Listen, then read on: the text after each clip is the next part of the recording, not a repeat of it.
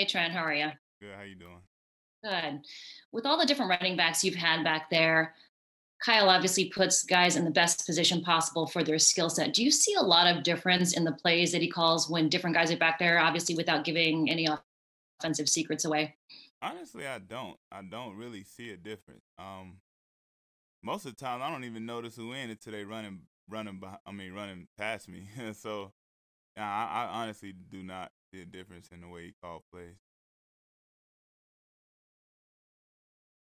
Trent, I'm assuming when you were with Kyle in Washington, he would bring new plays to the offense on install day on Wednesdays.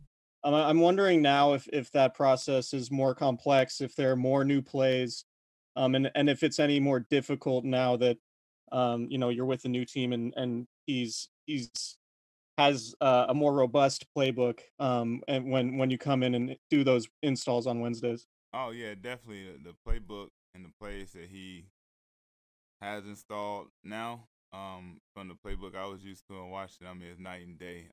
It's the same theme, same scheme.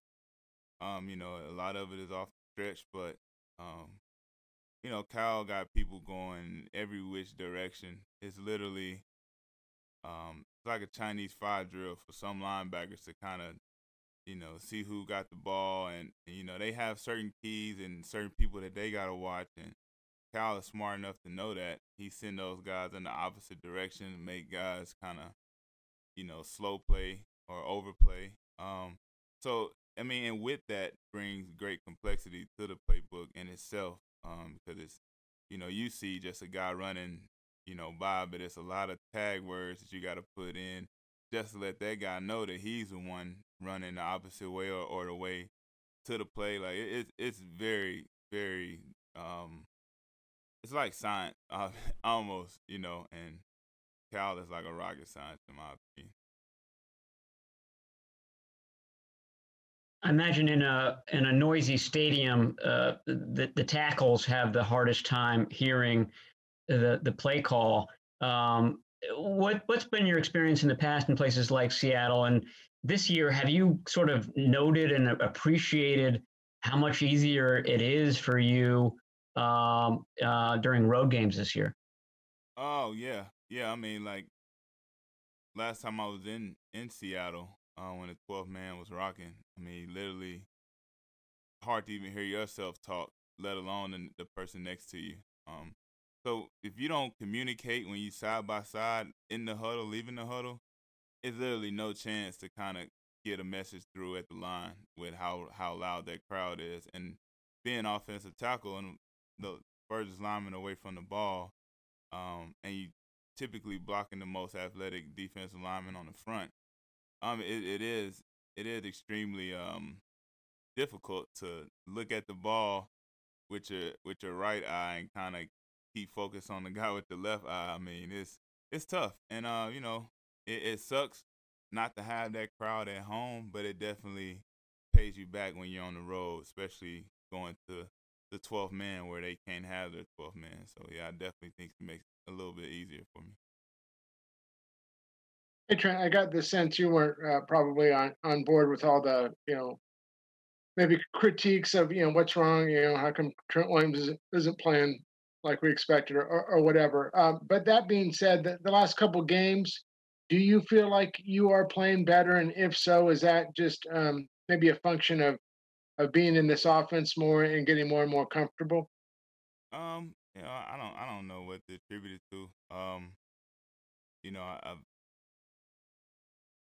When I look at my grade personally, I mean, um, average out on the season is right at a 90, a little below like 88. So I mean, I know that with that intricacies in the playbook, I know that sometimes it's a little hard for the people who are grading us that are not in the building to understand whose assignment is on who and what guy's supposed to be where. And some of it is on me and some of it isn't. And that just comes with the game. It comes with the territory. But all I can do is focus on the next game, next play, and just continue to try to put together consistent football. Hey Trent, I don't know how much of an opportunity you've had to form a relationship with Jason Verrett since you've been there, but as someone who also went through your own grind to get back to the game, like he has had, is there a sort of special bond that you guys kind of have as people who've gone through those types of things? And if so, what has been your impression of his journey and his ability to get back to where he is? Yeah, most definitely. Because prior to the bulk of his injuries, I mean, he was considered one of the better cover corners that we have in this league. And I know it's been a long journey for him, a long, rough journey. I mean, he has injuries that suck to come back from. And yeah, our locker is literally right across from each other. So, you know, we've always had an open line of communication, and then from day one, and then just getting to know him, because he's not an outspoken guy at all, but just getting to know him on a personal level and understanding his struggle and what he's went through to get to where he is now, just have a different appreciation for his grind. And I respect the hell out of him. I know that it's not easy to continue to get up after you keep getting knocked down, and he has done so. And I'm just so happy to see him back on the field playing probably some of the best ball that he's played in a long time. And I think when he's healthy, when it comes to just cover a guy, he's definitely one of the best. Trent, after so much time off, you were kind of nervous and excited for the season to be end. Now you're almost halfway through.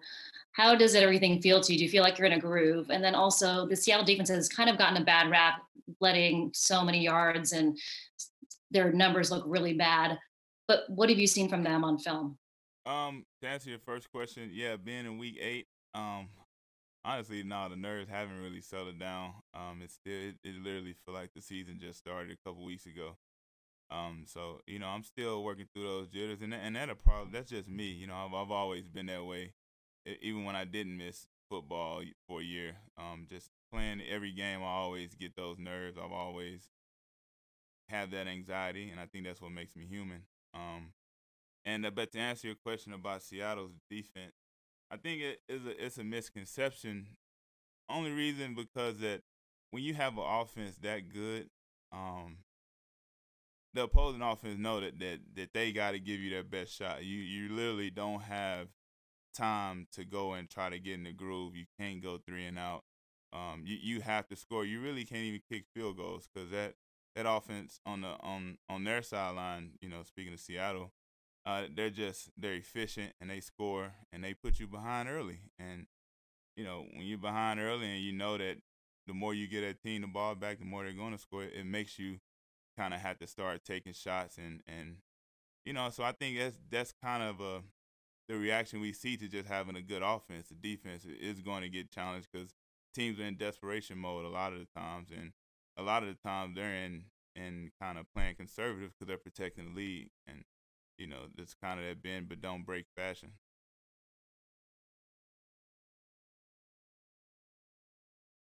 Awesome. Thanks. Righty. Hey, faithful, click here to subscribe.